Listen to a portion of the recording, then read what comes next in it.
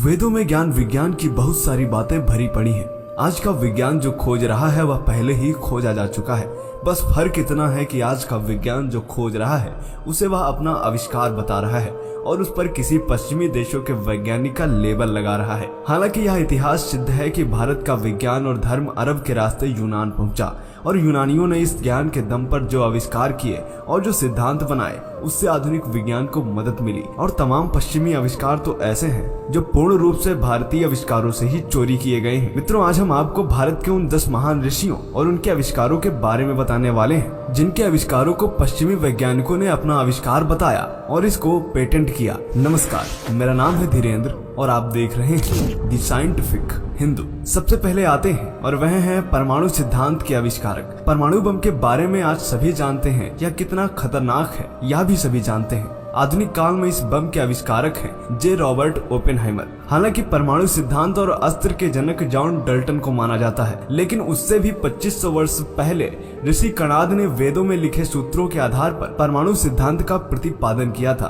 भारतीय इतिहास में ऋषि कणाद को परमाणु शास्त्र का जनक माना जाता है। आचार्य कणाद ने बताया कि द्रव्य के परमाणु होते हैं। कणाद प्रभास तीर्थ में रहते थे। विख्यात इतिहासज्ञ टी.एन. कोलुबुरुक ने लिखा है कि अणुशास्त्र में आचार्य कणाद तथा अन्य भारतीय शास्त्रज्ञ यूरोपीय वैज्ञानिकों की तुलना में विश्व विख्यात थे। दूसरे ऋषि हैं, उनका नाम है ऋषि भारद्वाज। राइट बंधुओं से 2500 वर्ष पूर्व वायुयान की खोज भारद्वाज ऋषि ने कर ली थी। हालांकि वायुयान बनाने के सिद्धांत पहले से ही मौजूद थे।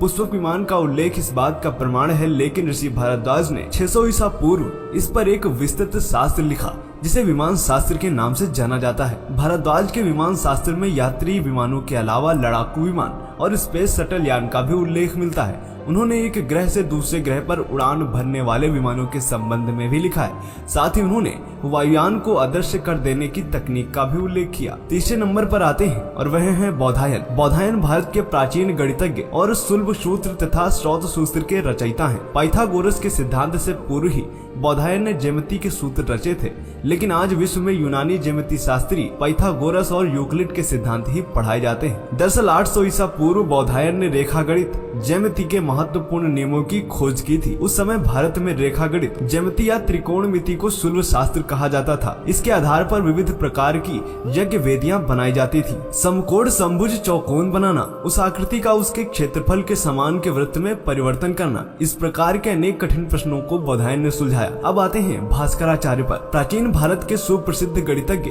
एवं खगोल शास्त्री थे भास्कराचार्य। भास्कराचार्य द्वारा लिखित ग्रंथों का अनुवाद अनेक विदेशी भाषाओं में किया जा चुका है। भास्कराचार्य द्वारा लिखित ग्रंथों में अनेक विदेशी विद्वानों ने अपने शोध का रास्ता देखा है। न्यूटन से 500 वर्ष पूर्व भास्कराचार्य ने गुरुत्वाकर्षण के नियमों को जान लिया था।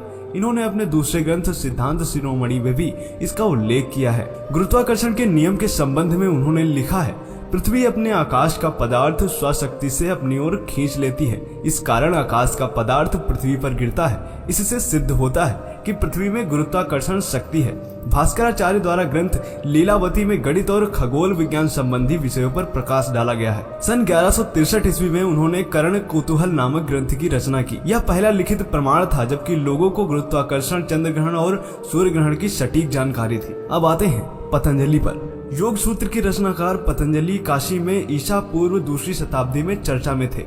पतंजलि के लिखे हुए 3 प्रमुख ग्रंथ मिलते हैं, योग सूत्र, पाणिनि के अष्टाध्यायी पर भाष्य और आयुर्वेद पर ग्रंथ। पतंजलि को भारत का मनोवैज्ञानिक और चिकित्सक कहा जाता है। पतंजलि ने योग शास्त्र को पहली दफे व्यवस्था दी, उसे चिकित्सा और मनोविज्ञान से जोड़ा। आज दुनिया भर में योग से लोग लाभ पा रहे हैं। पतंजलि एक महान चिकित्सक थे। पतंजलि संभवतः पुष्यमित्र शुंग के शासनकाल में थे। अब आते हैं आचार्य चरक पर। अथर्ववेद में आयुर्वेद के कई सूत्र मिल जाएंगे। धन्वंतरी, चरक, च्यवन और सुश्रुत ने विश्व को पेड़ पौधों और वनस्पतियों पर आधारित एक चिकित्सा शास्त्र दिया। आयुर्वेद के आचार्य महर्षि चरक की गणना भारतीय औषधि विज्ञान के मूल प्रवर्तकों में होती है। आचार्य चरक ने शरीर शास्त्र, गर्भ शास्त्र, औषधि शास्त्र इत्यादि के विषय में गंभीर शोध किया तथा मधुमेह, क्षय रोग, हृदय विकार आदि रोगों के निदान एवं औषधोपचार विषयक अमूल्य ज्ञान को बताया। 8वीं शताब्दी में चरक संहिता का अरबी भाषा में अनुवाद हुआ और यह शास्त्र पश्चिमी देशों तक पहुंचा।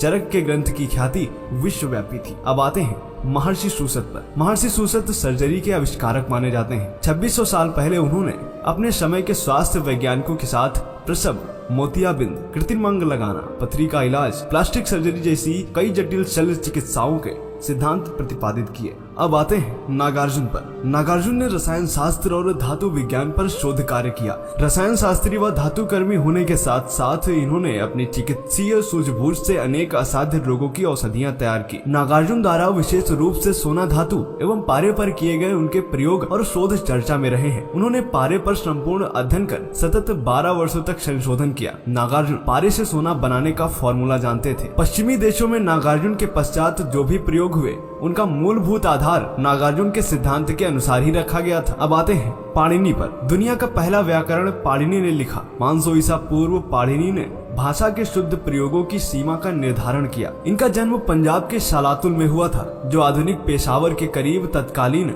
उत्तर पश्चिमी भारत के गंधार में हुआ था। 19वीं सदी में यूरोप के भाषा विज्ञानी फ्रेंच बॉप ने पाणिनि के कार्यों पर शोध किया। उन्हें पाणिनि के लिखे हुए ग्रंथों तथा संस्कृत व्याकरण में आधुनिक भाषा प्रणाली को परिपक्व करने के सूत्र मिले। आधुनिक भाषा विज्ञान को पाणिनि के लिखे ग्रंथ से बहुत मदद मिली।